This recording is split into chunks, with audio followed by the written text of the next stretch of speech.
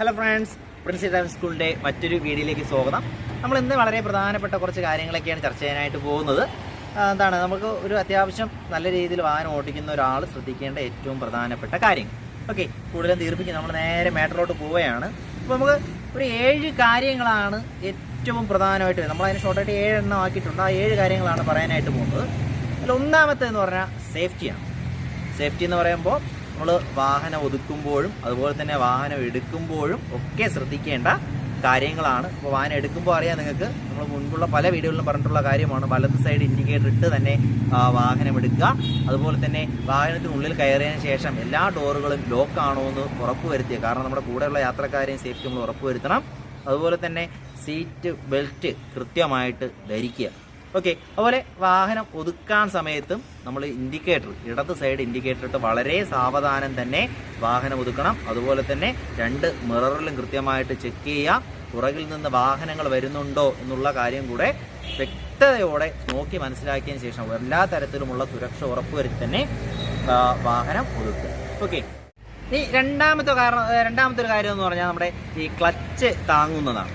Clutch അമിതമായിട്ട് ചവിട്ടുന്നതാണ് നമ്മുടെ രണ്ടാമത്തെ കാര്യം. പലരും പ്രത്യേകിച്ച് തുടക്കക്കാരൊക്കെ പലപ്പോഴും നമ്മുടെ ഫുഡ് ആയിട്ടൊക്കെ ഉപയോഗിക്കുന്നതെന്ന് പറഞ്ഞാൽ നമ്മുടെ ഈ ക്ലച്ചിനെയാണ്. ഓക്കെ, അതൊരു ശരിയായ രീതിയല്ല. എപ്പോഴും നമ്മൾ ചെയ്യേണ്ടതെന്ന് പറഞ്ഞാൽ ഗിയർ ചേഞ്ച് ചെയ്യുന്ന സമയത്തൊക്കെ നമുക്ക് ക്ലച്ച് പൂർണ്ണമായിട്ടും ചവിട്ടുക, അത് കഴിയുമ്പോൾ പൂർണ്ണമായി റിലീസ് ചെയ്യുക. അല്ലാതെ ഒരു ചെറിയ രീതിയിൽ പോലും അതിൽ കാല് വയ്ക്കാതിരിക്കുന്നതാണ് ബെറ്റർ. ഒരുപക്ഷെ നമ്മുടെ ഗിയർ ബോക്സിൻ്റെയൊക്കെ തേയ്മാനത്തിന് അത് കാരണമായിട്ട് മാറും.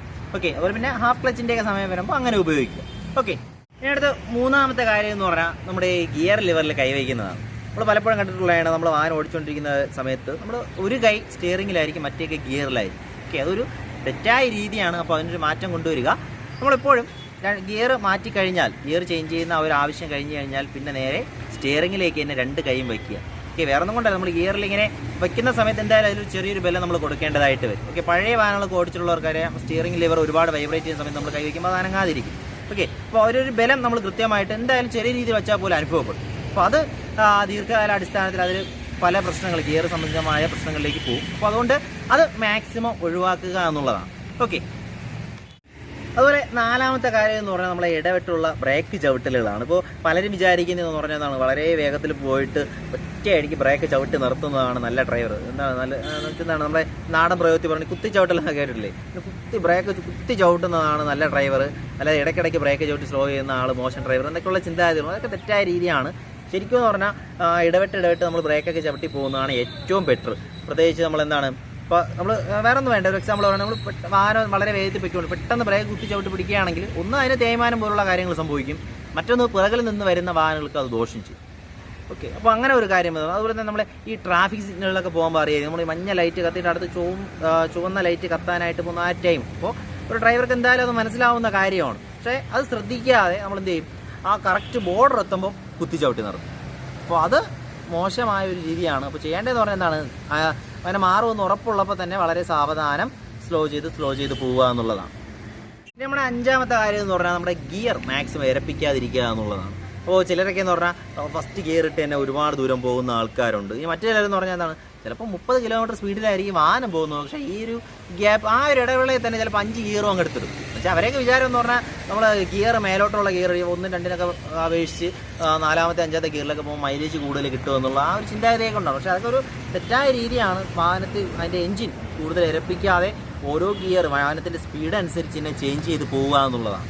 ഓക്കെ, ഇനി അടുത്ത 6ാമത്തെ കാര്യം എന്ന് പറഞ്ഞാൽ നമ്മുടെ ഈ ഫാസ്റ്റ് ലൈനുകളിലൊക്കെ ഉപകാരം. ഫാസ്റ്റ് ലൈൻ അറിയാമല്ലോ, എന്ന് വെച്ചാൽ നമ്മുടെ ഈ ഹൈവേകളിലൊക്കെ നമ്മുടെ ഏറ്റവും വലത്തെ അറ്റത്തുള്ള ആ ഒരു പാർട്ടാണ് ഫാസ്റ്റ് ലൈൻ. എന്ന് വെച്ചാൽ വാഹനം വളരെ വേഗത്തിൽ പോകുന്നതിന് വേണ്ടി ക്രമീകരിച്ചിട്ടുള്ളത്. അപ്പോൾ പലപ്പോഴും എന്താണ്, വളരെ വേഗത കുറഞ്ഞു പോകുന്ന വാഹനങ്ങൾ അത് കയറി ആ ഒരു പാർട്ടിലൂടെ കയറി പോകാറുണ്ട്.